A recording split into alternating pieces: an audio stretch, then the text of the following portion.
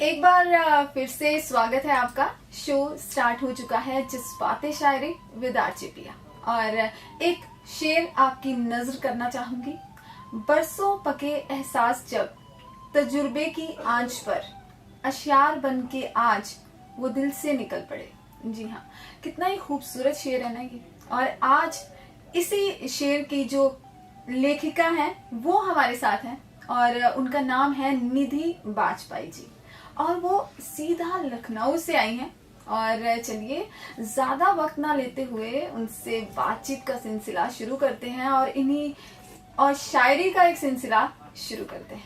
तो निधि जी, स्वागत है आपका मेरे शो जज्बाते शायरी विद आरजेपिया में। कैसा लग रहा है आपको? बहुत अच्छा लग रहा है। और पिया जी, सबसे पहले तो मैं शुक्रिया अदा करना चाहूंगी आपका और आपको और आपकी पूरी एफएम टीम को इस बात के लिए बधाई देना चाहूंगी कि आपने इतना खूबसूरत प्रोग्राम शुरू किया है जी। जिससे लोगों को आप अच्छा लिखने और अच्छा सुनने के लिए प्रेरित कर रहे हैं। शुक्रिया। तो आप जैसे लखनऊ से आए हैं, है ना? तो लखनऊ को नवाबों का शहर कहा जाता है और जो लखनऊ की हवा है ना उसमें शायरी मुझे लगता है बसी हुई है। तो क्या कहना चाहेंगे इसके बारे में? मैं तो ये कहूंगी कि लखनऊ ही नहीं, हमारे देश के हर कोने से कविता की खुशबू आती है। जी। आप देखें तो इतनी भाषाओं में और इतने तरीकों से कविता कही गई है। जी। इसी से पता चलता है कि हमारे देश की संस्कृति कितनी विशाल है। बिल्कुल। और रही बात लखनऊ की, जी, तो हर आने वाले का स्वागत कुछ शायराना ढंग से यूं करता है तो हो जाए। मुस्कुराइए आप लखनऊ में। क्या बात है, मुस्कुराइए आप लखनऊ में है। तो आज लखनऊ की मुझे लगता है शायरी आज मेरे साथ मेरे स्टूडियो में बैठे हैं। तो निधि जी, जैसे जिंदगी है ना, जिंदगी बहुत खूबसूरत है और जिंदगी हमें बहुत, जिंदगी की किताब जब हम पलटते हैं ना तो हर पन्ने में कोई ना कोई कहानी होती है। बिल्कुल। तो शायरी की कहानी निधि जी की लाइफ में कैसे स्टार्ट हुई? शायरी का कुछ यूं हुआ कि जब कॉमिक्स बचपन में खत्म हो जाती थी जी, तो पापा की जो बुक्स रखी रहती थी उन्हें पढ़ लेते थे। तब न शायरी पता थी, न शायर, न गजल, कुछ भी नहीं। और मेरे फादर और फादर इन लॉ दोनों लोगों को बुक्स पढ़ने का बहुत शौक है, तो मेरा बुक्स से कभी भी संबंध नहीं छूटा। जी। तो बस पढ़ते रहे और बस लिखते रहे, जो आता रहा। जी, शुरू हो गया। जी। तो जिंदगी के, जैसे जिंदगी के बहुत सारे उतार चढ़ाव होते हैं किसी भी इंसान की, जो होता है। तो आपने जिंदगी के ऊपर कभी कुछ लिखा है ऐसा? हाँ जी, मैंने लिखा है। तो सुनाइए। जी। काश की जिंदगी थोड़ी सी तो अपनी होती, हर एक आंसू के पीछे छुपी खुशी होती।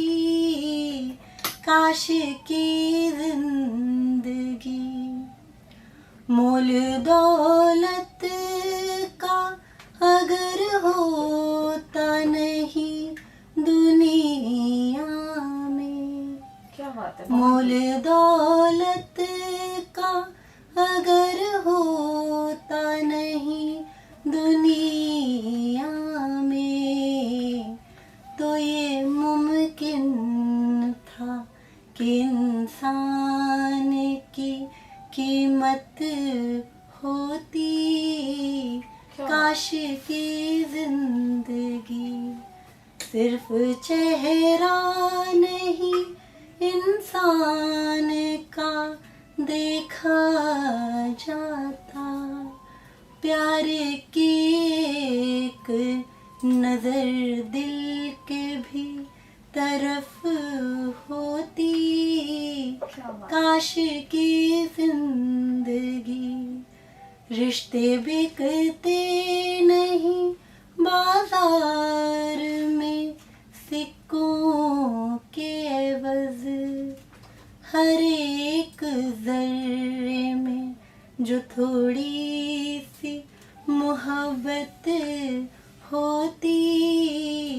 काश की जिंदगी थोड़ी सी तो अपनी होती, हर एक आंसू के पीछे छुपी खुशी होती।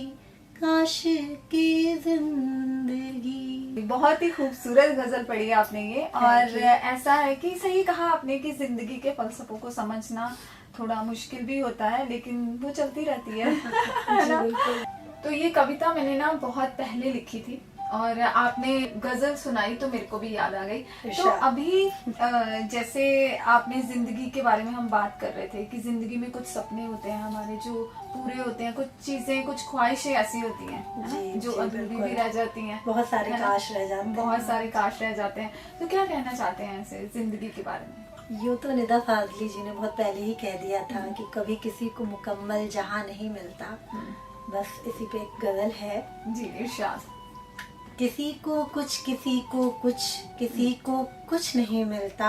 क्या बात है, यही दस्तूर दुनिया है, यहाँ सब कुछ नहीं मिलता।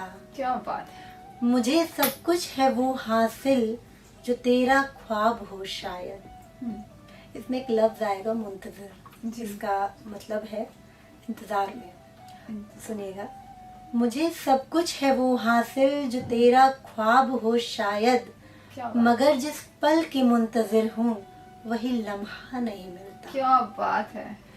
कभी वो दौर भी गुजरा थे हर एक बात के कायल, कभी वो दौर भी गुजरा थे हर एक बात के कायल, वही मैं हूँ वही तुम हो मगर अब दिल नहीं मिलता। क्या बात, बहुत खूब। हजारों पाल ली ख्वाहिश, हजारों पाल ली मुश्किल, हजारों पाल ली ख्वाहिश, हजारों पाल ली मुश्किल, फंसे हैं उस भंवर में कि कहीं साहिल नहीं मिलता। क्या बात है। लगाएं दिल भी तो कैसे कोई दिल का नहीं मिलता, बहुत आए गए लेकिन कोई तुमसा नहीं मिलता, कोई तुमसा नहीं मिलता। क्या बात है, बहुत बहुत ही खूबसूरत गजल थी, लेकिन हमें आप मिल गए हैं और आज आप मिल गए सामने बैठे हैं और मतलब ऐसा लग रहा है कि आज हम लखनऊ में हैं ऐसा लग रहा है मुझे। और चंडीगढ़ बहुत ही सुंदर शहर है, बहुत ही शांत और सुंदर। बहुत ही चंडीगढ़ की जो आबो हवा है ना, वैसे उसमें भी अब शायरी घुलने लगी है। पंजाब में तो बहुत महान शायर हुए हैं और पूरे पंजाब में ही, बल्कि ये तो है, जैसे शिव कुमार बटालवी हैं, अमृता प्रीतम जी हैं। जी, बहुत महान शायर। तो निधि जी, मैंने आपकी एक गजल सुनी थी जी इस बात पर कि ये सोशल मीडिया का जमाना है, यहाँ खुश रहने से ज्यादा जरूरी खुश नजर आना है। मैं चाहूंगी कि आज आप हमारे लिसनर्स को वो गजल सुनाएं, क्योंकि आजकल सही बात कही आपने कि सोशल मीडिया का ही जमाना है। जी जी, तो सुनाइए। होते कम है, खुश दिखते ज्यादा हैं। जी सुनिएगा। छुपा के दर्द को जीना सभी को आता है, छुपा के दर्द को जीना सभी को आता है, अजीब दौर है हर शख्स मुस्कुराता है। क्या बात है, बहुत खूब। कभी नाराज हो जाए तो नजरें फेर लेता था, कभी नाराज हो जाए तो नजरें फेर लेता था, कि मिलता है वो अब जब भी गले लगाता है, अजीब दौर है हर शख्स मुस्कुराता है। अगले शेर में दो शब्द आएंगे, मुंसिफ फैसला करने और सुनाने वाला जी, और नसीह नसीहत देने वाला। नसीहत देना जी। बड़े मुंसिफ थे नासिह थे जमाने भर में, बड़े मुंसिफ थे नासिह थे जमाने भर में, आप अपने पे जो बीते समझ में आता है, क्या बात। अजीब दौर है हर शख्स मुस्कुराता है।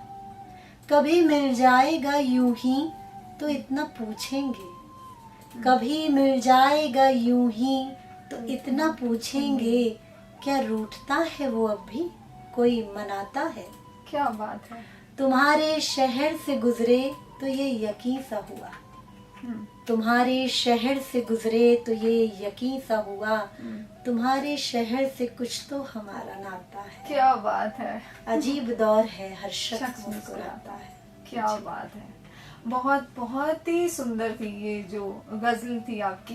तो क्या बोलते हैं कि किस तरह से दिमाग में आया, कभी कोई ऐसा रहा हो, इंसिडेंट रहा हो, मोटिवेशन क्या रहती है लिखने के पीछे? लिखने के पीछे जो दिखता है मेरे ख्याल से हर राइटर का ये होता है, जो आसपास दिख रही होती हैं चीजें, बस उन्हीं को महसूस किया और लिख दिया। अपने शब्दों में बयां कर दिया। क्या बात है, और वो भी बहुत ही खूबसूरती के साथ। जी थैंक यू।